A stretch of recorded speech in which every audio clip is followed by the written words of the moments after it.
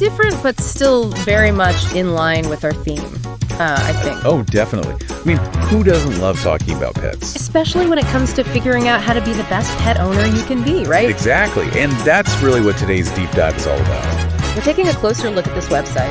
A website that seems to be entirely dedicated to helping people navigate the world of pet ownership. That's great. And we want to figure out, if this website could actually be the ultimate resource for you. Out of all the resources out there. For your pet ownership journey. Whether you're just starting out or you've been at it for years.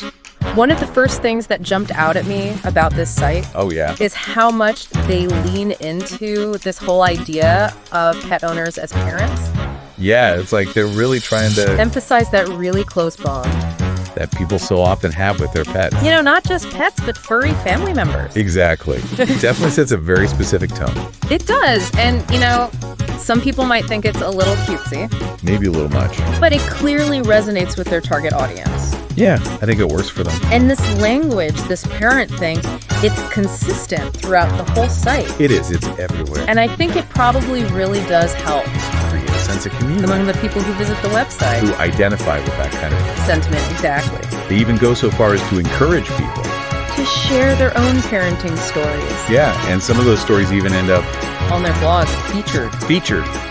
Yeah, which is a great way to keep people coming back engaged. For sure.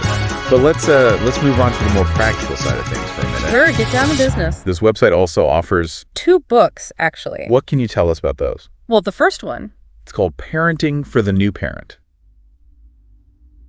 It's pretty clear who that's aimed at. Right. The new parents out there. It claims to be like a comprehensive guide. Everything you need to know. From basic care to training. So like Pet Ownership 101. Basically, yeah. But then there's the other book, Cooking for Your Pup. Now, that one sounds a lot more specialized. It does, a lot more niche. And it seems to really tie into this whole treating pets like family idea by focusing on making your own pet food. Homemade pet food. They actually suggest that. It's a way to enhance your bond. Really take it to the next level. That's interesting. Have you noticed how many pet websites are pushing that these days? Now that you mention it, yeah, it's definitely. And it's growing, for sure. I wonder if this website, reasons why people should specifically make their pets food.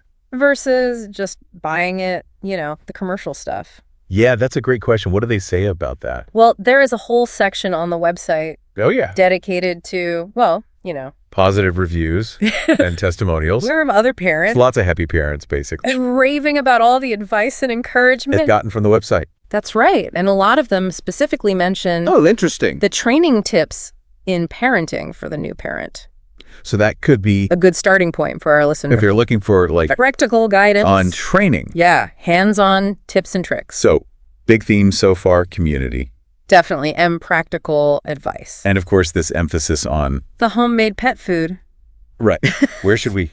dive in next? What else stands out to you? As potentially helpful. For our listeners. Well, I think we should take a closer look. At the Pawrenting for the New Parent book. See what specific techniques for training and whether those techniques actually align with, best practices in animal behavior. That's what we'll be looking at next. Let's jump in. Okay, so let's unpack some of those key takeaways from Pawrenting for the New Parent. Sounds good. Where do we start? One of the things that pops up a lot. Oh, yeah. Is this idea of positive reinforcement. Positive reinforcement. For training. Interesting. Can you maybe elaborate on that a little? What it means. Yeah, and why this book might be advocating for it. Sure. Positive reinforcement basically focuses on rewarding. Okay. The behaviors you want to see. So good behavior. Rather than punishing the unwanted ones. Makes sense. And this is generally considered... more effective. Yeah, and more humane. Than some of those older training methods. The ones that relied on... dominance or fear. Exactly. So instead of yelling at your puppy. For chewing on furniture. You'd reward them. For chewing on a chew toy. Right, their designated chew toy. Does that make sense? It does, it does. So does the book actually give specific examples. How to do this. How to implement this type of training. Oh, absolutely. It's full of practical tips and techniques, step-by-step instructions. Oh, wow. For teaching basic commands. Sit, stay. Yeah, come, all that good stuff. Sounds pretty comprehensive. It also covers more complex issues. Oh, really? like housebreaking, Okay. leash training, things like that. That's helpful. That's definitely helpful. So it sounds like a pretty good resource. Yeah, for new pet owners especially. Right. Anything else that stands out to you? About the training methods. In particular? Well, they really seem to stress consistency and patience. It's all about setting those clear rules. Right from the start. Boundaries for your pet. And rewarding them. When they follow those rules. Makes sense. I mean, consistency is key. In so many things, right? Absolutely. Pet training's no different. For sure. For sure. They also say, training takes time and effort. There's no quick fix. No magic bullet. We got to be patient. You have to be persistent. Especially with puppies. Or, newly adopted pets. Well, no. The rules yet. All the routines of the household. Yeah. So no overnight miracles. No. But a good foundation. For a well-behaved parrot. And a happy pet. Exactly. Now let's shift gears a little bit. Okay, where are we going? Let's talk about the other book. Oh, yeah. Cooking for your pup. Remember how we talked about that trend? Of pet owners wanting to give their pets the best. The very best. This book really taps into that. Does it? By promoting homemade pet food. Okay, so they're really advocating for it. As like a way to show your pet you love them. And to make sure they're healthy. Exactly, do they say. Do they give specific reasons? For why someone should make their own pet food. Yeah, why go through the trouble? They argue that homemade food gives you control. Over what? Over the quality of the ingredients. Oh, that's a big one these days. It is, and the freshness. Yeah, with all the recalls and stuff. It's a valid concern. For sure. And you can avoid those potential allergens you find in some commercial foods. Which is a huge problem for a lot of pets. It can be. Yeah, my dog, he's got... sensitive stomach. Yeah, it's a nightmare finding the right food. I bet. So this book... presents homemade food as the solution. The safer, healthier alternative. But we have to remember... it's not as easy as it sounds. No, it takes research... and planning. to do it right. Right, you can't just... throw some scraps together. on a day. You got to make sure... they're getting all the nutrients they need. Right, their nutritional requirements. Does the book address that? I hope so. It does. It provides nutritional guidelines. Okay, that's reassuring. And it stresses talking to your vet. Oh, that's important. Very important to make sure the diet is balanced. For your specific pet. So they're promoting responsible, homemade food prep. Not just like a fad. Exactly. So they're not just saying, make your own food. They're giving you the tools. To do it right. To do it safely and effectively. And they offer recipes. A whole variety of recipes. Oh, wow. Catering to different tastes. Different dietary needs. Like you could find recipes for picky eaters. Absolutely, or pets with allergies. Food sensitivities, that kind of thing. Yep. Everything from simple chicken and rice. Sounds good. To more elaborate stuff. Like what? Like salmon, sweet potatoes.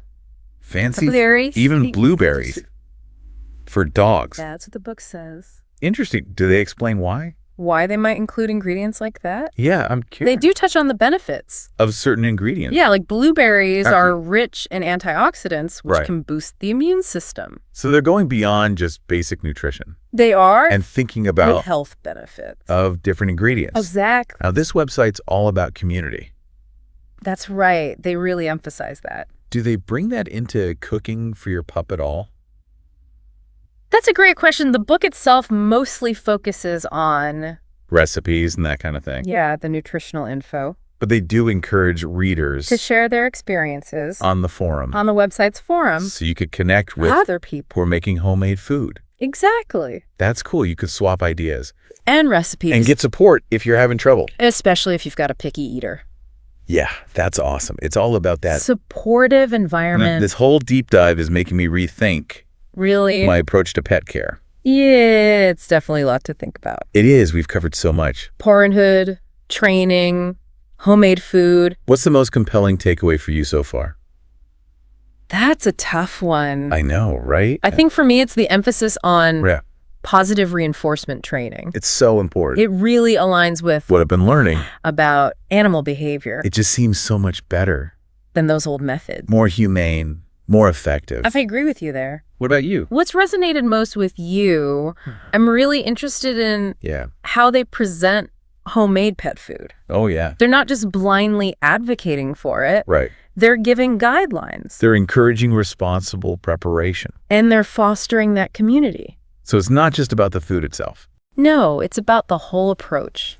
They're empowering pet owners to make informed decisions about their pet's diet. That's a good point. And let's not forget those testimonials. All those glowing reviews. From pet owners who've actually tried this stuff. It's one thing to hear us talk about it. Right. But those testimonials show real-world examples of how this website has helped people connect with their pets and become more confident parents. Exactly. And I think that's the ultimate goal of the website. To create a community where pet owners can connect, share, and learn. So they're not just giving information. They're building a community. They're fostering that sense of belonging. And encouraging people to embrace the joys and challenges of parenthood.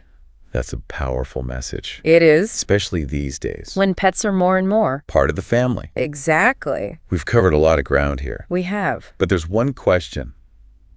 That's been on my mind. Do you think this approach with the parenthood and the homemade food is ultimately beneficial for the pets?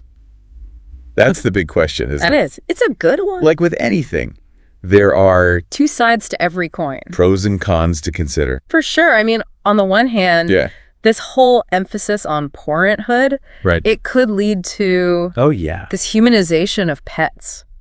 What do you mean by that? Well, sometimes treating pets like tiny humans might not actually best thing for them. Exactly. It could overshadow their needs as animals. As animals, right? So for example, like a dog might actually be happier with just a walk in the park than with a big birthday party. With the cake and a hat and everything. And all the little presents. It's a good point. It's easy to get carried away. It is. We love our pets. And we want to spoil them. But we have to remember. They don't experience the world the same way we do. Right. They're dogs. They're cats. They're hamsters. They have different needs. Exactly. And while there's nothing wrong with spoiling them a little bit, sure. We can't forget about those basic needs. Exercise, mental stimulation, visualization, all that important stuff. And that kind of brings us back to the homemade food thing. It can be great. If you do it right. But it requires commitment. Knowledge. You really got to know what you're doing. You can't just wing it. No, you got to do your research. And talk to your vet. Absolutely. Always a good idea. So for our listeners out there, if you're thinking about making your own pet food, do your homework. Talk to your vet. Make sure you're doing it right. Overall, though, this website is a valuable resource for pet owners. I think it has the potential to be really helpful. It's got a lot of good info. Promotes positive training. Fosters that sense of community. And those testimonials we talked about. Right. Those were compelling. Of your people. Who found the website helpful. Who feel like it helped them connect with their pets. Become better parents. It's not just us saying it. It's real people. Sharing their experiences. So ultimately, the decision to embrace this whole parent thing. Or the homemade food. It's up to you. It's a personal choice. But this deep dive hopefully giving you some things to think about. Some food for thought.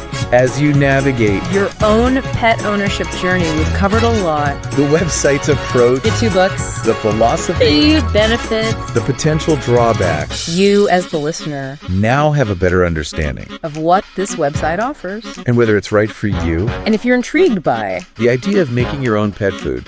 Remember. Do your research. Talk to your vet. Maybe connect with other parents. On the website's forum, get some support. Find some inspiration. Remember, the most important thing is to create a loving and supportive environment where your pet can thrive. Whether you call yourself a parent or an owner, the bond you share is what matters. Beautifully said. And on that note, we'll leave you with a final thought. As you continue on your pet ownership journey, what steps can you take to make sure it's not only well cared for, but also happy and fulfilled?